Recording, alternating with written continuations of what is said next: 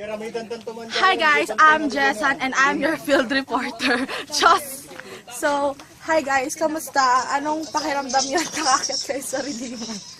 Ay pa, nasa bundok ako. Ikaw, Amanda.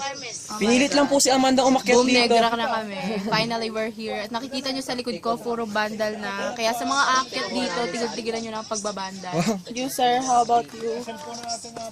Sorry, no comment sana. Kaso pagod na kami Diba?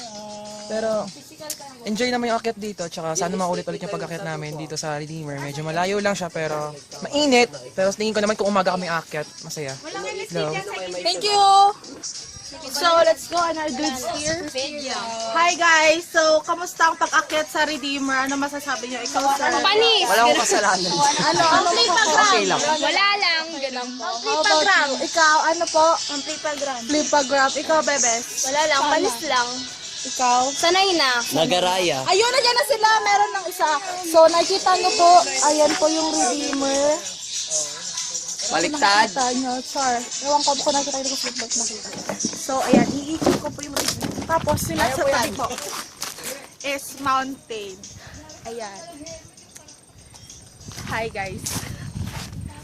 Tapos, yung mga iba pa namin kasama, sila ate, si kuya.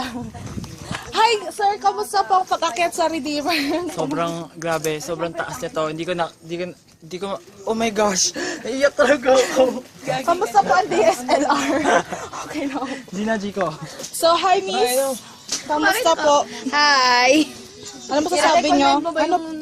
Ay guys, sinasabi ko sa inyo, pumunta kayo ng Redeemer. Ngayon na, as in ngayon na. Pero yung Tourism! tourism to. Pero syempre yung pag-akyat, sobrang nakakahingal, sobrang nakakapagod. Pero everything is worth fighting for, worth dying for. Woo! Thank you! Super worth dying for So, yun, meron pa po kaming kasama dito, mga hikers. I guess. Apat po sila. Ayan. Tapos, sumigaw yung sa left side ng video. Feel na feel.